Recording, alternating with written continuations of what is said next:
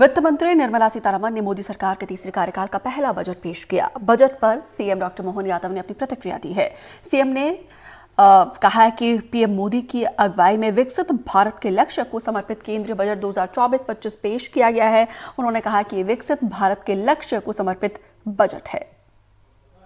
सावन का महीना प्रारंभ हुआ है। हम सबका सौभाग्य, मध्य प्रदेश में भारतीय जनता पार्टी की सरकार है। यशस्वी प्रधानमंत्री श्रीमान नरेंद्र मोदी जी के नेतृत्व में जो विकास का संकल्प लिया सर्वहारा वर्ग का, और जो खास करके मोदी जी ने 4 जातियाँ बताई है, महिला, युवा, किसान, गरीब, ऐसे में बहनों के लिए सावन माह में रक्षाबंधन के पावन पर्व पर 1250 की जो राशि मिल रही है, उसके अतिरिक्त इस माह अगस्त में रक्षाबंधन के अवसर पर 250 रुपये प्रति बहन के लिए विशेष रूप से अलग से खाते में राशि डाली जाएगी। और हमने सामाजिक बंधुत्व के भाव के आधार पर बहनों से राखी बंधवाने के लिए हमारे सभी मंत्री, विधायक, सांसद, पार्षद, समस्त जनप्रतिनिधियों से मैं अपेक्षा करता हूं कि वे 1 अगस्त से लेकर के 21 अगस्त रक्षाबंधन तक अलग अलग बस्तियों में, मोहल्ले में, गाँवों में, जहाँ जहाँ बहनें रहेगी, रक्षाबंधन के इस पावन पर्व को संपन्न करेंगे। आइए हम सब अपनी बहनों के साथ इस पर्व को धूमधाम से मनाएं। रक्षाबंधन का पावन पर्व बहन भाइयों के लिए एक अद्भुत पल होता है। मेरी अपनी ओर से सभी बहनों को बहुत बहुत बधाई। बैतूल जिले में एक बार फिर स्कूल भवन की जर्जर हालत का मामला सामने आया है। यहां पर जिले में मानसून की पहली बारिश ने शिक्षा विभाग के स्कूलों की हकीकत खोल दी है। यहां पे विनोबा नगर में सरकारी स्कूल के भवन की हालत जर्जर है, जिसके चलते बारिश होने से स्कूल के कमरों में छतों से पानी टपकता है और क्लासरूम में पानी भर जाता है, जिसके चलते क्लास के आधे हिस्से में बच्चे पॉलिथीन लगाकर 5वीं क्लास के बच्चे पढ़ाई करने को मजबूर है। आपको बता दें कि बैतूल ब्लॉक में ही 9 स्कूलों की हालत जर्जर है, जिसके चलते बच्चे जान जोखिम में डालकर पढ़ाई करने को मजबूर हैं। अच्छी पढ़ाई करते पर इस बात का डर रहता है कि छत हमारे ऊपर ना गिर जाए। पानी टपकता है हर जगह से और नीचे पानी रहता है। हम एक ही क्लास में बैठते हैं और वो क्लास भी आधा पानी गिरता है, वहाँ भी पानी हर जगह चू रहा है। इस वक्त हम मौजूद हैं विनोबा नगर के शासकीय स्कूल में, और शासकीय स्कूल में जो बरसात के बाद के जो हालात बनते हैं, अभी तो जिले में पहली बारिश हुई है और पहली बारिश में जो स्कूल के हालात हैं वो हम आपको दिखाना चाहते हैं कि किस तरह यहाँ जो है बच्चे बैठ के पढ़ाई करने को मजबूर हैं।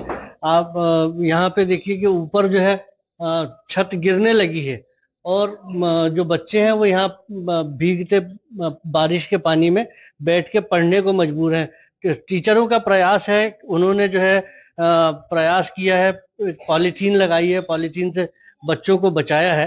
हालांकि बच्चे जो है उसके बाद भी अपना अध्ययन और अध्यापन कर रहे हैं, लेकिन उनकी मुसीबत जो है वो कम नहीं हो रही है। आप ये देखिए कि किस तरह जो है पॉलीथीन में पानी ऊपर से आके टपकता है और वो जमा हो रहा है, और वो जमा होके जो है धीरे धीरे इससे बाहर निकलने लगता है। कई बार ये होता है कि बच्चे भीग भी जाते हैं, और सबसे बड़ा जो खतरा है वो यही है कि छत के जो छज्जे गिर रहे हैं वो उसमें सबसे ज्यादा गंभीर है। यहाँ के जो टीचर हैं उनने कई बार जो है अपने अधिकारियों को इसकी शिकायत भी की है, और शिकायत के बाद भी जो है उसका कुछ हल निकलता नजर नहीं आ रहा। नौनिहाल परेशान है, टीचर परेशान है। हमारे साथ यहाँ के टीचर हैं, उनसे बात करते हैं कि क्या है पूरा, आप यहाँ कैसे अध्यापन करा रहे हैं, किस मुसीबत में करा रहे हैं। क्या शुभ नाम है आपका? मेरा नाम संतोष करोले है। जी संतोष, बताइए यहाँ जो आपको ये जो आपका जो स्कूल है किस तरीके से पढ़ाई करा रहे हैं, क्या मुसीबतें आ रही हैं, क्या दिक्कतें जा रही है? हमें गर्मी में तो कोई परेशानी नहीं होती, क्योंकि सिर्फ परेशानी अगर हमें होती है तो ये बरसात में होती है। बरसात में बहुत तकलीफ दे होता है, ये हर जगह से टपकता है। जैसे ये आपका बरामदा है, यहाँ पे इतना पानी इकट्ठा है, ये किनारों से आता है, ऊपर बीच में छत में से आता है। दूसरा, हम गंज स्कूल के थे, एकीकृत बालक प्राथमिक शाला गंज में हमारा स्कूल था, मस्जिद के सामने, उसको डिसमेंटल किया गया है और हमें विनोबा नगर की ये जो बिल्डिंग है इसमें विस्थापित किया गया है अस्थायी रूप से। इसमें हम अभी क्या दिक्कत जा रही है सबसे ज्यादा? अभी इसमें दिक्कत ये जा रही है कि इस कमरे में हमको 3 कमरे मिले हैं। एक कमरे में उनकी प्राथमिक शाला विनोबा नगर लगता है और 3 कमरों में हमारी क्लास लगती है। बरसात के समय में दिक्कत ये होती है कि वो एक ये कमरा ये वाला है और एक कमरा ये वाला है, ये दोनों ही टपकते हैं, बहुत ज्यादा टपकते हैं। और ये वाला जो है सिर्फ थोड़ा सा, इतनी जगह जितने बच्चे आप बैठे देख रहे हैं, ये इतनी जगह थोड़ी सूखी रहती है, बाकी ये भी टपकता है। इसके लिए ये अधिकारियों का आपने अवगत नहीं, कराया? अधिकारियों को तो हमने, जो भी आता है निरीक्षण करना अधिकारी, उनको भी ये बात को बताते हैं और लिखित में भी दिया गया है कि ऐसी ऐसी परेशानी हमको बरसात के समय में होती है। टीचर के अवगत कराने के बाद भी व्यवस्था सुधरने का नाम नहीं ले रही है। और ये हाल जिला मुख्यालय के हैं, तो ग्रामीण क्षेत्रों के हालात क्या होंगे? अकील अहमद, एनडीटीवी, बैतूल। उधर गुना के फतेहगढ़ थाना क्षेत्र में एक महिला और उसके पति के साथ मारपीट का वीडियो सामने आया है। मामला विष्णुपुरा गांव का है। जानकारी के मुताबिक सरकारी जमीन पर कब्जे को लेकर विवाद हुआ। जमीन पर दोनों पक्ष अपना अपना दावा कर रहे हैं। आरोपी मिलकर अपनी पत्नी को पीटना शुरू कर दिया, जिसका वीडियो उसके बेटे ने बनाया है। अब वायरल वीडियो के आधार पर पुलिस ने आरोपियों के खिलाफ मामला दर्ज किया है। जमीन है कि जित पीछे नहीं मारा पति, मैं बचाने गई थी, मुंह मार अल्लाह के सबरे, लात दल्लाई गर्दन पे, घसीट दई, रस्सी से बांध दई। और लोग थे? हरी 3-4 बाप बेटा, बच्चे के पीछे पड़ गए, मोबाइल छोड़ा, बच्चा भगा गांव में, उसके बाद कौन के घर दुग्गा जी वीडियो नहीं उड़ा पा रहे। कितने लोग थे? पूरे गांव वाले थे, 4 थे, और लड़की भी थी। यहाँ पे चोटें वगैरह आई क्या? हाँ जी, आज सूझ रहा और पीछे। मैं सुबह आ रहा था तो मेरे को पीटा और ये बचाने आई तो इसको पीटा। और किस बात पे हुई लड़ाई? ये जमीन के चक्कर में हुई सर। जमीन कौन सी थी? जमीन सरकारी है सर, मेरी जगह है सर, वो कब्जा कर रहा है, सामान धर देता है, धमकी देता है मारने की। जी, विष्णुपुरा गांव में थाना फतेहगढ़ अंतर्गत 2 पक्षों में सरकारी जमीन पर कब्जे को लेकर के विवाद हुआ है, लड़ाई झगड़ा हुआ है। तो इस संबंध में दोनों पक्षों की रिपोर्ट पर से थाना फतेहगढ़ में प्रकरण पंजीबद्ध कर विवेचना की जा रही है एवं इसमें प्रतिबंधात्मक कार्रवाई भी की जा रही है तथा राजस्व विभाग को उचित कार्रवाई हेतु पत्र भी भेजा जा रहा है। मध्य प्रदेश के शिवपुरी जिले में अब साइबर ठग प्रधानमंत्री आवास योजना के हितग्राहियों को निशाना बना रहे हैं। यहां पे जिले में 3 लोगों ने जनसुनवाई के दौरान कलेक्टर के पास पहुंचे और ठगी की शिकायत की। आपको बता दें कि यहां पे ठग भोले भाले ग्रामीणों का केवाईसी कराने के नाम पर बहला रहे हैं और उनके खाते से पीएम आवास से मिली योजना निकाल लेते हैं। और आपको बता दें कि अब तक आरोपी ग्रामीणों से 2.5 लाख रुपए की ठगी कर चुके हैं। पुलिस ने ठगों को जल्द ही गिरफ्तार करने का आश्वासन दिया है। अरे कुटील के पैसा चलेगा, बोले कि वो तुम केवासी करा लोगे, तुम्हें महीना के पैसा नहीं आएंगे। कहीं मैंने केवासी करावे को नंगा लगा दी, मुँह का पति के खा से खा करेगा। अच्छा, कब की बात है? ये 26 तारीख को, पिछली 26 मतलब 14 तारीख का खुले खाता हो। तो आवास के लाने जो खाता लगाया था वो कौन सा लगाया था आपने? वो है वो ना मुँह पे वो खाता काय का था? मैं जानता नहीं, बैंक को नाम किताब मुँह पे है। समस्या जी लेके आए के अभी आए बनवा भी आए थे, भी आसमानी का रहा। अच्छा, और सुबह के चक्कर में हमारे कुटील के पैसा ले गए। कितना पैसे थे? गाँव में आते जिनके आते 1 लाख रुपया। 1 लाख रुपये। हाँ। कौन लोग आए थे, जानती हो उनको? जी नहीं जानते सर हम। ये जो बोले भी बना रहे आसमानी कार्ड भी बनवा लो तुम। हाँ, फिर सुबह ने आधार कार्ड मांगे, हाथों मांगो। फिर मैंने पूछी कि तुम्हारी आवाज़ किस चीज़ की आई है, तो हमने कही कि हमारी आई, हमारे बब्बा की आई। और भी और की नहीं बनाए बिन्ने, हम नहीं बनाए। तो क्या क्या किया? अंगूठा लगवाया? अंगूठा लगवा बिन्ने, खाते चेक करे बिन्ने। सुबह बोले कि अभी नहीं आए तुम्हारे पैसे, कहीं मैंने जो भी कही। तो तुम्हें कब पता पड़ा? फिर चेक करा भी गए हम 2-3 बार हैं, पैसे नहीं आ रहे वहाँ में, खाते में नहीं आ रही? नहीं आ रहे खाते में। और अब चलिए बात करते हैं छतरपुर की, जहां पे छतरपुर में एक युवक को ले जाती पुलिस का वीडियो वायरल हो रहा है। आरोप है कि पहले तो पुलिस युवक को अपने साथ जबरन थाने लेकर गई और फिर उसकी जमकर पिटाई की। पिटाई की वजह से उसके शरीर पर गंभीर चोटें आई हैं और जानकारी के मुताबिक नगर परिषद में सफाई का काम करने वाला रोहित अपनी मोटरसाइकिल से जा रहा था। खजुराहो थाने की पुलिस जीप के पास से जैसे ही रोहित ने मोटरसाइकिल निकाली, पुलिस ने उसे पकड़ लिया, जबरन उसे गाड़ी में बैठाने लगे। इस दौरान रोहित के परिजनों ने पुलिस को काफी रोकने की कोशिश की, लेकिन पुलिस वाले नहीं रुके। रोहित को थाने लेकर गए। आरोप है कि थाने में रोहित की बेरहमी से पिटाई की गई है। रोहित के भाई के मुताबिक पुलिस की गिरफ्त से छूटने के बाद घर आए रोहित ने आत्महत्या करने की भी कोशिश की थी। फिलहाल पीड़ित परिवार न्याय की गुहार लगा रहा है। खजुराहो का इस प्रकार की एक शिकायत संज्ञान में आई है और एसडीओपी साहब को उसकी जांच दी है और उसमें आवेदक और सभी के कथन भी हो रहे हैं और प्रथम दृष्टया उसमें 2 लोगों को जो लग रहा है कि उनकी गलती हो सकती है उन पर भी कार्रवाई की जाएगी, लेकिन पूर्ण जांच होने के बाद ही इसमें सख्त कार्रवाई की जाएगी। मैं ड्यूटी से घर आया तो यहाँ पे घर पे बिजली विभाग की गाड़ी और थाने की गाड़ी खड़ी हुई थी, तो मैंने गाड़ी बगल से निकालने की कोशिश की, वो बगल में टका दी। तो पुलिस वाले बोले तुझे तमीज़ नहीं है चलाने की, गाड़ी कैसी गाड़ी चलाता है। तो मैंने बोला साहब आप बीच में गाड़ी लगी है, मैंने किनारे से गाड़ी निकाली, वहाँ पर टका दी। बस ये गाली गलौज करने लगे, गाली गलौज करके वो मुझे गाड़ी में जबरदस्ती ने बैठाला और ले गए थाने के अंदर इन्हें मारपीट की। उधर रीवा कांड के चौथे आरोपी गोकर्ण पांडे ने जिला अदालत में सरेंडर कर लिया है। इस मामले में अब तक 3 गिरफ्तारियां हो चुकी है। अभी भी एक आरोपी पुलिस की गिरफ्त से बाहर है। आपको बता दें कि मनगवा थाना क्षेत्र के जोरोटा गांव में 2 महिलाओं को मिट्टी डालकर जिंदा दफनाने की कोशिश की गई थी और किसी तरीके से स्थानीय लोगों ने उनकी जान बचाई है। इस मामले में मुख्यमंत्री से लेकर राष्ट्रीय महिला आयोग ने संज्ञान लिया है। फिलहाल पुलिस ने अब 5वें आरोपी की तलाश पुलिस लगातार कर रही है।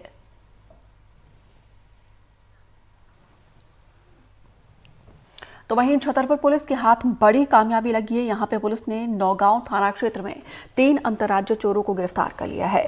दरअसल आरोपियों ने नौगांव थाना क्षेत्र में एक घर में सोने चांदी के जेवर और नकदी चोरी किए थे, जिस पर पुलिस ने कार्रवाई करते हुए आरोपियों को गिरफ्तार कर लिया है। आपको बता दें कि आरोपियों के खिलाफ पहले से ही कई आपराधिक मामले दर्ज है। आरोपियों के पास से पुलिस ने सोने चांदी के जेवर, कैश, हथियार और एक गाड़ी जब्त की है।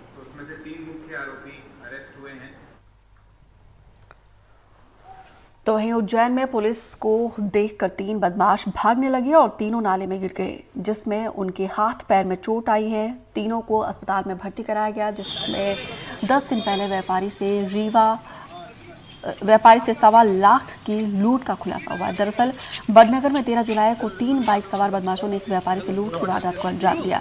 सीसीटीवी की मदद से पुलिस ने तीनों आरोपियों की तलाश शुरू कर दी है। तीनों बदमाशों को ढूंढते हुए पुलिस जैसे ही उनको पकड़ने गई, तीनों भागने लगे और नाले में जाकर गिर गए। पुलिस ने तीनों घायल बदमाशों को अस्पताल में भर्ती कराया है। पूछताछ के दौरान तीनों बदमाशों ने अपना जुर्म कबूला है। पुलिस ने लूटी गई राशि के साथ बाइक को भी जब्त किया है। लूट का खुलासा करने वाली टीम को 10,000 रुपए का इनाम दिया जाएगा।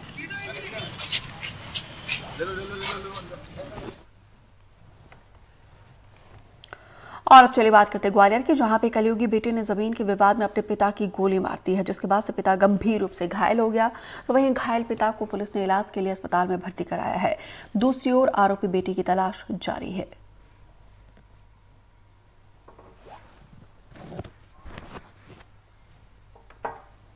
भिंड के सावित्री पेट्रोल पंप पर गोली मारकर लूट के मामले में पुलिस को बड़ी सफलता मिली है। पुलिस ने इस मामले में 3 लुटेरों को गिरफ्तार कर लिया। हालांकि गैंग के सरगना अभी भी पुलिस की गिरफ्त से बाहर है।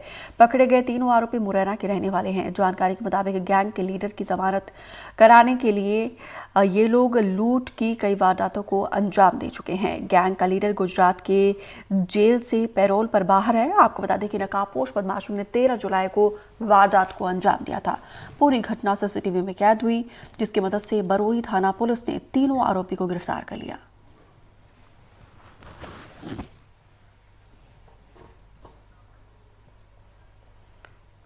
इंदौर की बात करते हैं, जहां पे बर्खास्त सीआरपीएफ के सब इंस्पेक्टर तेज रफ्तार गाड़ी से एक राहगीर और एक मोटरसाइकिल सवार को टक्कर मार दी है। घटना में दोनों घायल हुए हैं। बताया जा रहा है कि बर्खास्त सब इंस्पेक्टर नशे में था और अपनी भाई की वर्दी पहने हुए था, जो कि सीआरपीएफ में टीआई है। शिकायत के बाद पुलिस ने बर्खास्त सब इंस्पेक्टर को गिरफ्तार करके जांच शुरू कर दी है। अभी एक लसूड़िया क्षेत्र में निरंजनपुर चौराहे पे एक सीआरपीएफ के पूर्व बूथ सब इंस्पेक्टर थे, जिनको 2022 में सेवा से पृथक कर दिया गया था। तो उनने शराब के नशे में एक बाइक वाले को टक्कर मारी थी और एक राहगीर थे संजय मौर्य, उनको टक्कर मारी थी, जिनके सर में चोट आई है। तो सेट पे पॉइंट दे के इनको विजयनगर चौराहे पे राउंड अप किया गया और जब इनको राउंड अप किया गया तो ये पाया गया कि अपने भाई ईश्वर परमार, जो कि इंस्पेक्टर हैं सीआरपीएफ में, उनकी वर्दी पहने हुए थे और गणेश परमार, जो कि इनका नाम है, उसके नाम का बैच लगा हुआ था। इनके पास से एक पिस्टल भी जब्त हुई है, जो एयर गन थी, तो वो भी जब्त हुई है और पुलिस की जो कैप होती हैं और जो अन्य बैच जो वर्दी के आइटम्स हैं वो जब्त हुए हैं। तो इनके प्रति विधिवत कार्रवाई की जा रही है। खंडवा में दर्दनाक सड़क हादसे में 2 लोगों की मौत हुई है। यहाँ पे खालवा ब्लॉक के रोशनी क्षेत्र में एक ट्रैक्टर ट्रॉली पलट गई, जिसके चलते मौके पर 2 लोगों की मौत हो गई है। कई लोग घायल हो गए, जिन्हें इलाज के लिए अस्पताल में भर्ती कराया गया।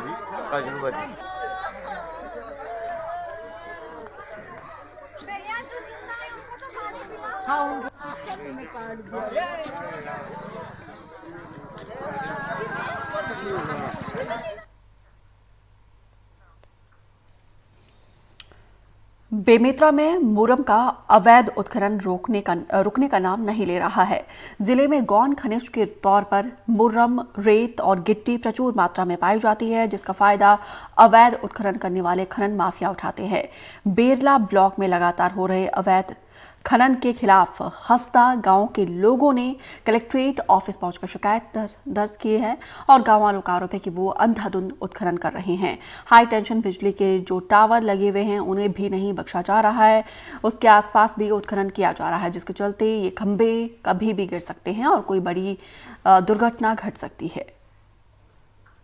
बेमेतरा जिले में अवैध उत्खनन रुकने का नाम नहीं ले रहा है। कुछ दिन पूर्व नेवनारा में भी अवैध उत्खनन को लेकर लगभग 3 करोड़ से अधिक की जुर्माना जो है जिला प्रशासन की ओर से ग्राम पंचायत के सरपंचों को लगाया गया है। अब उसी के नजदीक गांव ग्राम पंचायत हसदा में भी अवैध उत्खनन करने वालों के हौसले बुलंद है और एक जगह नहीं सैकड़ों जगह पर उन्होंने अवैध उत्खनन कर इस गांव को तालाब में तब्दील कर दिया है, यानी मौत का कुआं बना दिया है। हमारे साथ कुछ ग्रामीण हैं, सीधे उनसे बात करते हैं कि भाई क्या हो गया, किस पर। हमारे गाँव हसदा में सरपंच श्रीमती तेजस्वी डहरिया और सचिव संतोष वर्मा, जो हसदा का सचिव है, लेकिन उसका प्रभार भी नहीं बना रहा है, और उसके साथ में उसके सरपंच का पति श्री पवन डहरिया, इन लोग का मनमानी चल रहा है।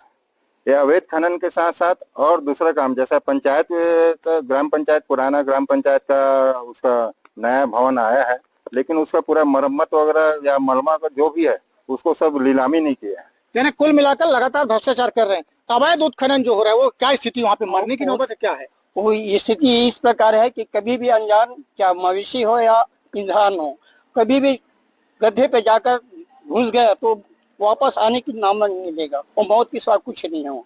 यानी मौत का कुआं। इसको लेकर शिकायत नहीं की आप लोगों ने?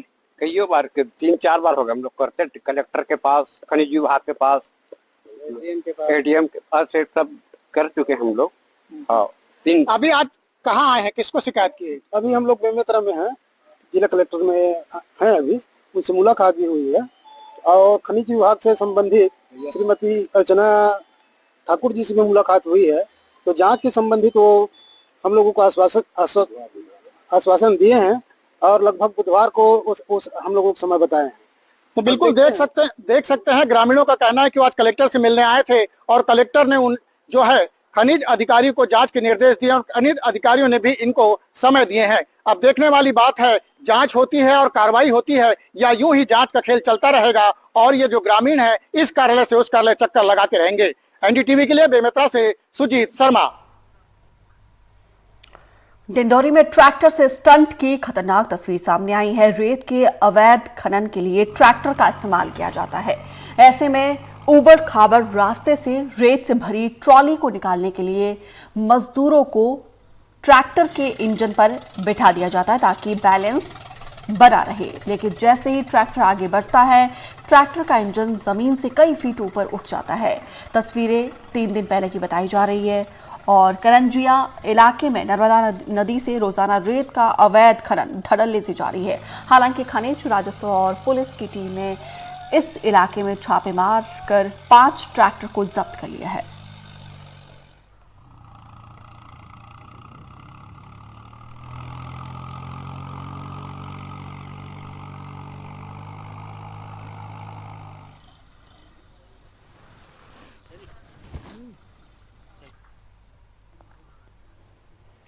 और अब चलिए बात करते हैं छतरपुर की। छतरपुर में अचानक एक बाघ सड़क पर आ गया। गाड़ियों के पास गुजरते टाइगर को देखकर लोग घबरा गए। हालांकि टाइगर ने किसी तरीके से किसी पर कोई हमला नहीं किया।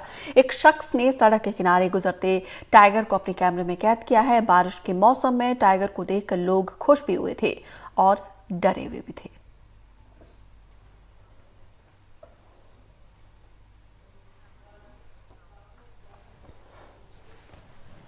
बालाघाट जिला मुख्यालय से लगे कुम्हारी गांव में वैनगंगा नदी का जलस्तर बढ़ गया है, जिसकी वजह से कई गांवों में पानी भर गया है। लोगों के घरों में भी पानी घुस गया है। प्रशासन ने ग्रामीणों को सुरक्षित स्थान पर पहुंचाया है। जानकारी के मुताबिक भीमगढ़ बांध से पानी छोड़े जाने की वजह से वैनगंगा का जलस्तर बढ़ा है। हालांकि डैम के गेट खोले जाने से पहले ही अलर्ट जारी किया गया था। फिलहाल घर और खेत पानी में डूबने से किसानों की चिंता बढ़ गई है। हमारे गांव में 5-6 मकान में पानी चले गया है और 50 मकान प्रभावित हो गए उसमें, जिसमें कि उनकी व्यवस्था कर दी गई। स्कूल है, पंचायत है, सामुदायिक भवन में सैकड़ों एकड़ में फसल खराब हो गई। इसलिए यहाँ से स्कूल में जाने की सलाह दे दी गई है और सब जा रहे हैं। मतलब तभी सभी सुरक्षित है इस समय? सुरक्षित है। अच्छा, व्यवस्था बना रहे हैं आप लोग? जी। अशोकनगर जिले में लगातार हो रही बारिश से किसानों की परेशानी बढ़ गई है। मुंगावली ब्लॉक में 3 घंटे के भीतर ही 5 इंच बारिश हुई, जिससे कई गांवों में बाढ़ जैसे हालात बन गए। ग्रामीण इलाकों में सड़क से संपर्क टूट गया। नेशनल हाईवे 346A पर गाड़ी की आवाजाही ठप हो गई। लोग घरों की छतों पर बैठकर बाढ़ के पानी के उतरने का इंतजार करते रहे। घरों में पानी भरने से सामान खराब हो गया। देखिए यहाँ पे झमाझम बारिश से कैसे लोगों का जनजीवन अस्त व्यस्त हो गया है। मुंगावली तहसील पिपराई और बहादुरपुर के कुछ ग्रामों में घरों में पानी भर जाने से खाने पीने, खाद्यान्न और गृहस्थी के सामान को प्रथम दृष्टया क्षति होना पाया गया है, जिसमें मुंगावली के 7 ग्राम और बहादुरपुर के 6 ग्राम, पिपराई तहसील के 3 ग्राम आंशिक रूप से प्रभावित हुए हैं। तो वहीं लगातार हो रही बारिश ने अशोकनगर की रफ्तार पर ब्रेक लगा दिया है। बीना अशोकनगर रेलवे ट्रैक को अंडरपास क्षतिग्रस्त हो गया है। ये अंडरपास पिपराई के पास बना हुआ है। अंडरपास के क्षतिग्रस्त होने से कई घंटों तक रेलवे ट्रैक बंद हो गया। अंडरपास का निरीक्षण करने के बाद ही ट्रेनों की आवाजाही फिर से शुरू हो गई है, लेकिन इसकी वजह से 4 से 5 ट्रेनें प्रभावित हो गई। हालांकि इसकी वजह से बीएड की परीक्षा देने जा रहे छात्र भी काफी परेशान हुए।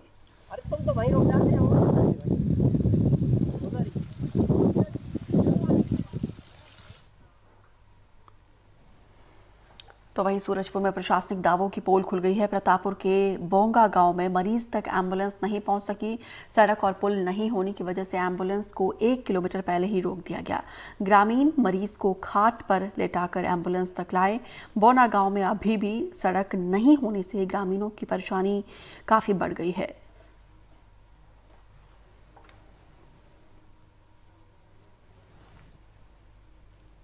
कवर्धा में लगातार हो रही बारिश से नदी नाले उफान पर है, लेकिन इसके बावजूद लोग जान जोखिम में डालकर नदी पार कर रहे हैं। ऐसी एक घटना में भाकुर रोड पर डोकरी घटिया पुल को पार कर रहे ट्रैक्टर चालक समेत 5 लोग नदी में बह गए। घटना कल शाम की बताई जा रही है। हालांकि ट्रैक्टर ट्रॉली बहने के बाद चालक और साथ में बैठे शख्स ने कूदकर किसी तरीके से अपनी जान बचाई।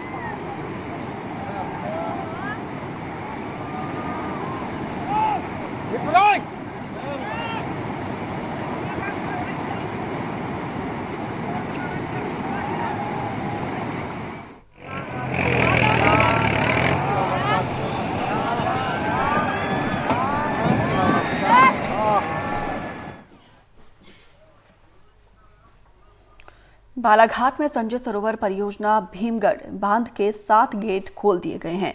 इन 7 गेट से लगातार 70,000 घन फीट पानी प्रति सेकंड छोड़ा जा रहा है और लगातार हो रही बारिश से बांध का जलस्तर बढ़ गया है। आपको बता दें कि भीमगढ़ बांध के पहले 5 गेट खोले गए थे, लेकिन रोजाना बारिश होने से जलस्तर बढ़ने जा रहा है।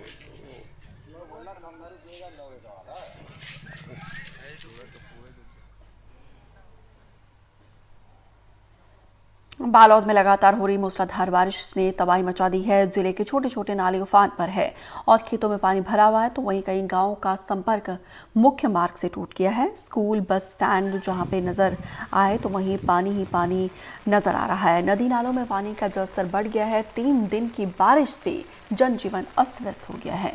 जिले में अब तक 510 मिलीमीटर बारिश दर्ज हो गई है, जो अब तक की सबसे ज्यादा बारिश है।